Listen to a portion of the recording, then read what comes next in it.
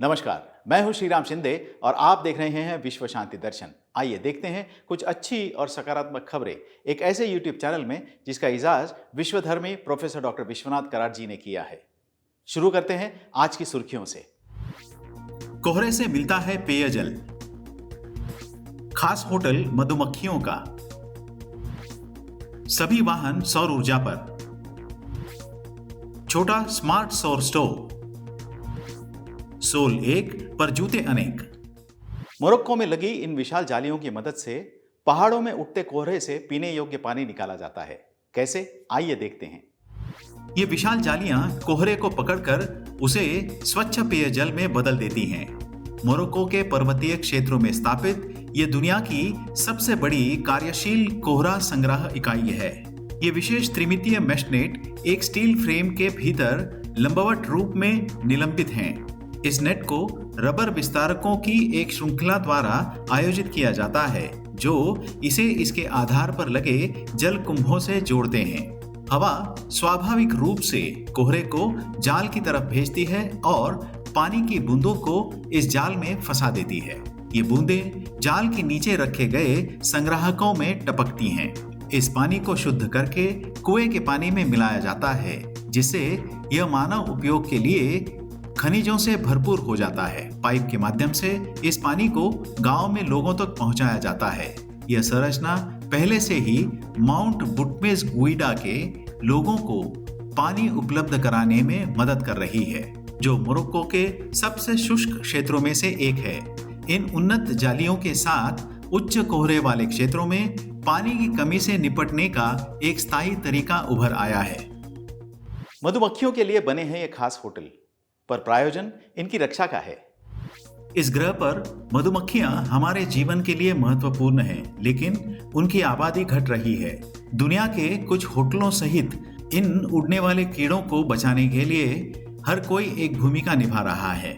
विश्व मधुमक्खी दिवस के सम्मान में यह बताया गया है कि कैसे दुनिया के कुछ गंतव्य मधुमक्खियों का मेहमान के रूप में स्वागत कर रहे हैं। सैन फ्रांसिस्को के केंद्र में स्थित एक होटल के 10 छत्तों में से प्रत्येक में 70,000 मधुमक्खियां रह सकती हैं और एक वर्ष में 630 किलोग्राम शहद का उत्पादन होता है। मधुमक्खियां यहाँ किराए पर नहीं रहती, लेकिन उनके ताजा शहद का उपयोग होटल के कुछ विशिष्ट व्यंजनों में किया जाता है। चीन के इस शहर में सभी सार्वजनिक वाहन सौर ऊर्जा पर आधारित है। इस चीनी शहर ने अपने सभी सार्वजनिक परिवहन को विद्युत बना दिया है।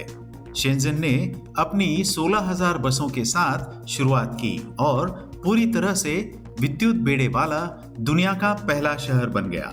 इसके बाद 20,000 टैक्सियों की बात आई और पुराने कैब्स को नई विद्युत वाहनों के साथ बदल दिया गया। यह सब वायु प्रदूषण के खिलाफ चीन की जंग का एक हिस्सा है, जो एक साल में 10 लाख लोगों की जान ले रहा था।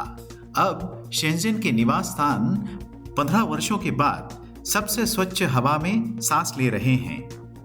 विश्व शांति दर्शन द्वारा विश्व शांति छात्र फिल्म महोत्सव का आयोजन किया जा रहा है, जो पुणे स्थित विश्व शांति गुंबद से प्रेरित है। विज्ञान और अध्यात्म के एकत्रित माध्यम से शांति की संस्कृति को बढ़ाने के लिए इस महोत्सव का आयोजन हो रहा है। इसमें सहभागी विद्यार्थी कम से कम 5 और ज्यादा से ज्यादा 8 मिनट की फिल्में भेज सकते हैं। फिल्म, टेलीविजन, डिजाइन और मीडिया के छात्रों को अपनी प्रतिभा दिखाने और नगद पुरस्कार जीतने का यह एक अच्छा अवसर है।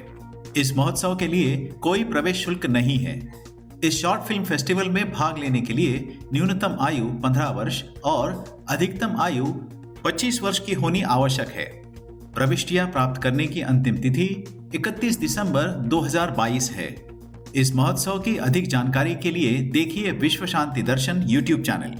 अपनी प्रविष्टियां यहाँ नीचे दिए गए ईमेल आईडी पर भेजिएगा। घरों और छोटी दुकानों के लिए उपयुक्त स्मार्ट स्टोव, आइए देखते हैं। एलपीजी की बढ़ती कीमतों को मात देने के लिए national institute of technology Calicut ने एक नया समाधान आगे लाया है। इलेक्ट्रिकल इंजीनियरिंग विभाग के शोधकर्ताओं ने एक स्मार्ट सोलर स्टोव विकसित किया है और दावा किया है कि यह शून्य लागत के साथ साथ कई अन्य लाभों के साथ उपयोगकर्ता के अनुकूल हैं। इस सोलर स्टोव को डिजाइन और विकसित करने वाले सहायक प्रोफेसर कार्तिकेयन बी के अनुसार इस उत्पाद को मान्यत किया गया है। इसकी व्यवहार्यता को जांच करने के लिए घरों और सड़कों के किनारे भोजनालयों में इसका परीक्षण किया गया। यह ठीक काम कर रहा है और अब बाजार में लाने के लिए तैयार है। कार्तिकेयन के अनुसार ग्राहक को पारंपरिक एलपीजी गैस पर बिल्कुल निर्भर होने की जरूरत नहीं है। एक परिवार स्मार्ट सोलर स्टोव के माध्यम से प्रतिवर्ष लगभग 12,000 रुपये बचा सकता है। एक ही सोल चलेगा अलग अलग जूतों के लिए। लंबी सफर के यात्रियों के लिए एक अनोखी सहूलियत। भविष्य के अनोखे जूते विकसित किए गए हैं। इटली में स्थित एक कंपनी ने विशेष रूप से गतिशील जीवन शैली जीने वाले लोगों के लिए बनाई है जूतों की एक नई श्रृंखला।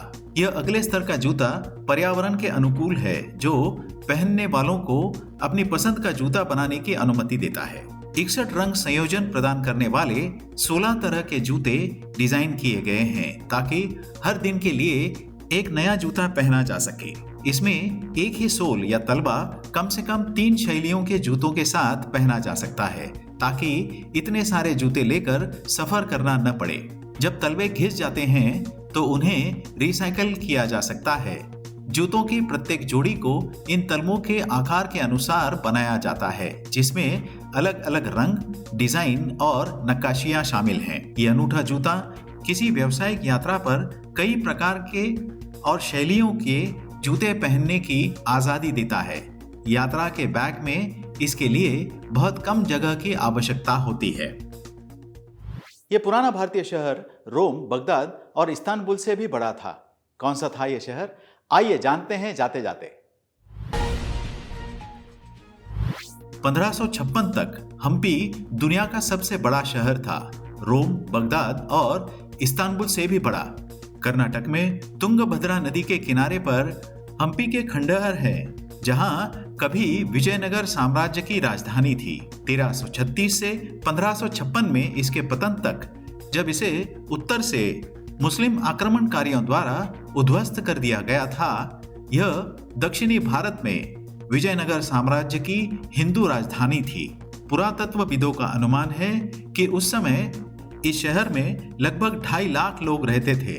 हम्पी अनगिनत वास्तुशिल्प चमत्कारों का घर है। अन्य प्राचीन परित्यक्त शहरों की तरह इस शानदार महानगर हम्पी को 1986 में यूनेस्को विश्व विरासत स्थल बनाया गया था। आशा करता हूं कि यह संस्करण आपको अच्छा लगा होगा। अगर हाँ, तो इसे सब्सक्राइब जरूर कीजिएगा। देखते रहिए विश्व शांति दर्शन। धन्यवाद।